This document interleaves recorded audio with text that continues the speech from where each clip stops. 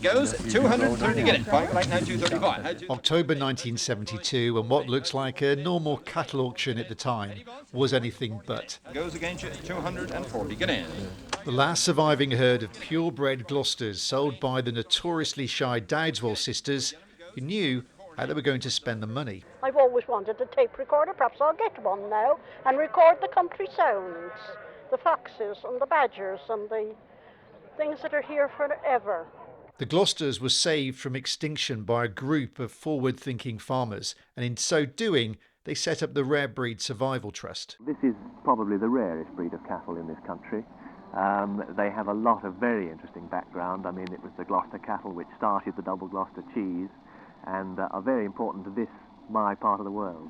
They were well ahead of their time, considering these creatures as being so important. As my dad says in the film, they're part of our living heritage. They're antiques on four legs, but they have this valuable genetic resource for the future of farming.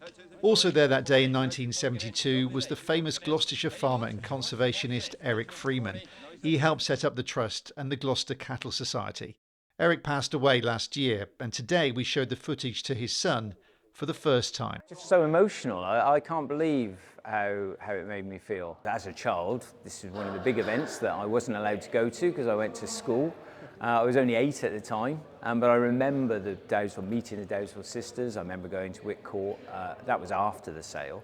Yeah, well, I've just found the catalogue from the actual sale. The cows' names in the catalogue and on the film.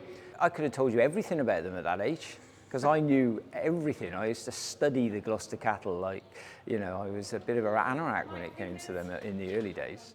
If it wasn't for the likes of Joe Henson and my father and Charles Martel and a few others going, hang on, I think we've gone far enough here, we're going to lose this stuff. Another kind of 12, 18 months, they would have been gone. And same with a lot of other breeds, it was really, they were pioneers, but they were being laughed at and scoffed at by the rest of the farming fraternity. But things change. 50 years on, things are different.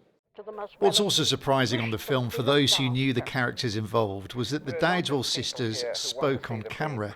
Apparently, they weren't very keen on talking to many people. Yes, I'm very glad. I should have preferred that they would have gone in perhaps 2 big bunches, but you can't help that. Nobody has the money to buy a tremendous lot of cattle at a big price, have they? I can't believe on the film that the sisters would talk publicly because they were so shy. And they would bar people from going there, no, you're not welcome. And they would stand at the gate, shut the gate on you and all the rest of it. It's amazing, amazing film.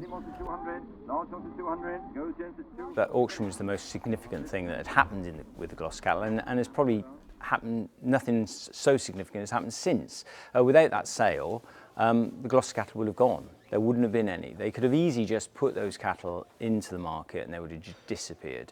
And it was really interesting how they thought about it. The other thing that I found interesting watching the film was what they said about selling them in 2 groups. Better if they sold in 2 groups. Actually, it wasn't. The most important thing was that they were split up because they went further and there was more interest in them. So that kind of helped them. Today, Clifford looks after a herd of over 300 Gloucesters, many descendants of those sold at the auction. And here tomorrow, his father will be remembered with Eric Fest, a day to commemorate his life and legacy, where they'll also remember the work of that small band of farmers 50 years ago who ensured no native breeds have since become extinct. Steve Knibbs, BBC Points West, Red Marley.